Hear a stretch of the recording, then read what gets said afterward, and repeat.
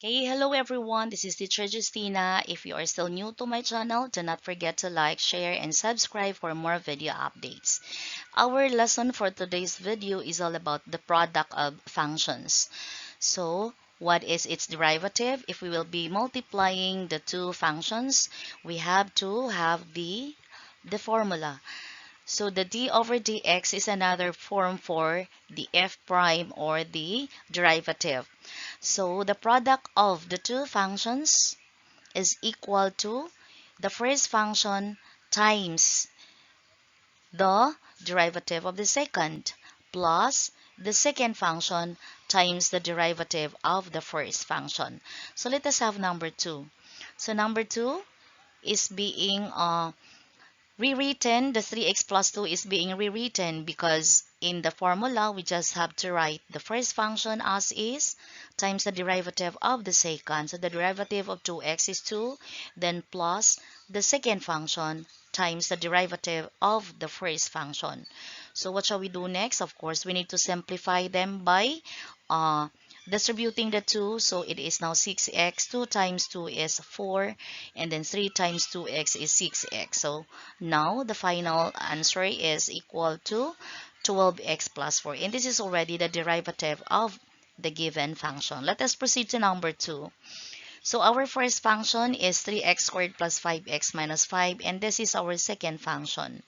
So the rule says that we need to copy the first function as is times the derivative of the second function. So negative 3x, its derivative is negative 3 plus our uh, the second function is 3x, negative 3x plus 4. So as is, and then the derivative of our first function. So 3x squared is 6x, and then 5x is its derivative is 5. So therefore, we need to distribute the negative 3. So therefore, we're able to come up with this by distributing the negative 3 to the 3 terms. Okay, and then we have to apply the FOIL method. The negative 3x times 6x, we have the negative 18x squared. Then the negative 3x times 5, we have the negative 15x.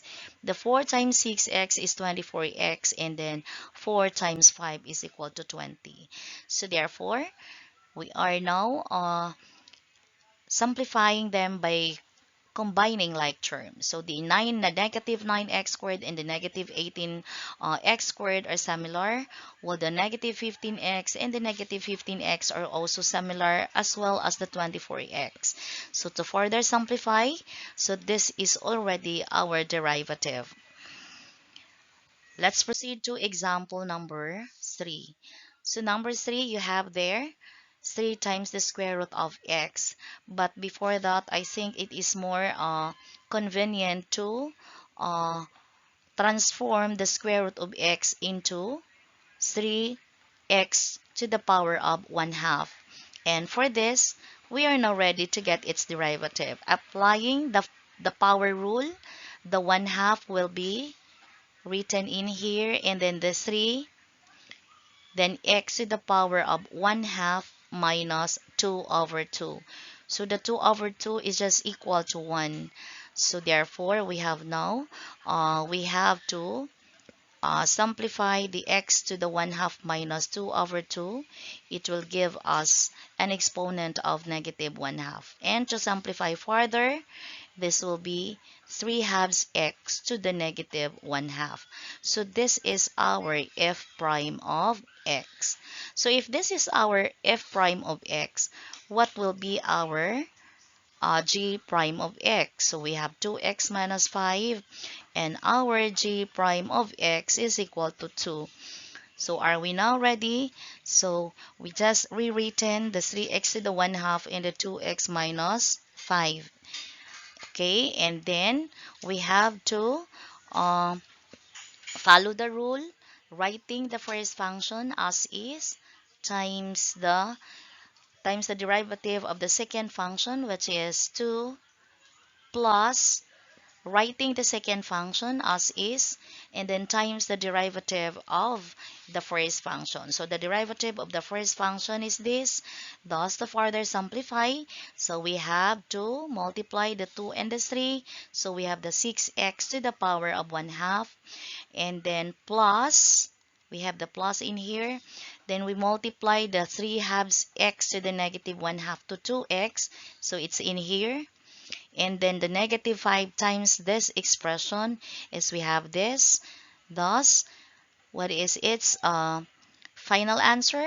We have 6x to the 1/2 plus the 2 and 2 cancelled. So 3x to the 1/2 minus 5 times 3 is 15 over 2, and then x to the negative 1/2. So this is already our derivative of the given function.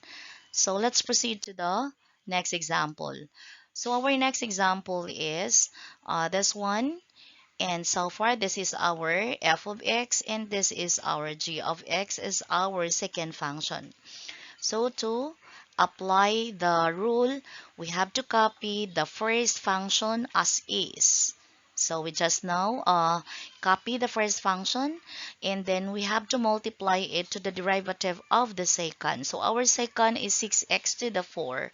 So therefore, this will become 4 times 6. That's a 24. And then the 4 is subtracted by 1. So that is why it is now x to the power of 3. And then plus, okay, the g of x is the second function as is. And then times the derivative of the first function. So the derivative of our first function, so the 6 times negative 4 is negative 24. The x to the 4, that will be minus 1. That is why there is an x cube. And then you know that a constant has its derivative of 0. Then the negative 4 times 6 will give you a negative 24. Then it's negative 4 minus 1. Thus we have the negative 5. So let us now apply the distribution method, distributive property. Thus we have the 24 times 6 is negative 144.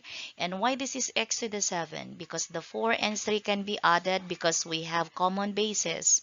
And then the 24x to the 3 will be multiplied to 2, and that will be 48 x cubed, and then minus that one, the 24 times the 6. Now it's not negative, but it's positive because we are multiplying both positive. So this is 144 uh, x to the negative 1, because the negative 4 and the 3 will be added. Thus we have a negative 1. So let's proceed now multiplying this by the FOIL method.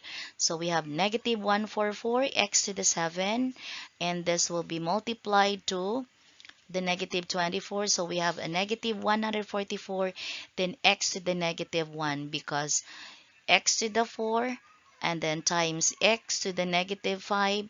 We just simply add their exponents. That is, we have a negative 1. Okay, then minus 7 times negative 24. It gives you negative 168 x cubed, while the 7 times negative 24 is negative 168 x to the negative 5. And for the next step, we have negative 44x to the 7 plus 48x cubed, and this is minus, I'm sorry, this is positive, and then 144x to the negative 1, and the negative 144 x to the 7, and this one, the negative 144x to the negative 1 minus the two last terms. So what shall we do now? We will be adding or combining similar terms. So what will be the result? The negative 144x to the 7 and the negative 144 in here will be added because they are having the same literal factor, x to the 7. So this will be 288 x to the 7. And so far, this is 144 x, and the x to the negative 1. I'm sorry, this is this will be 0.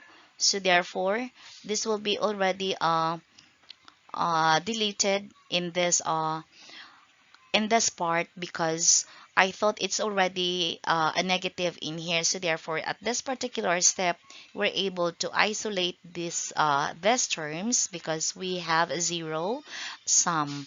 And so far, the positive 48x cubed and the negative 168, okay, can be combined.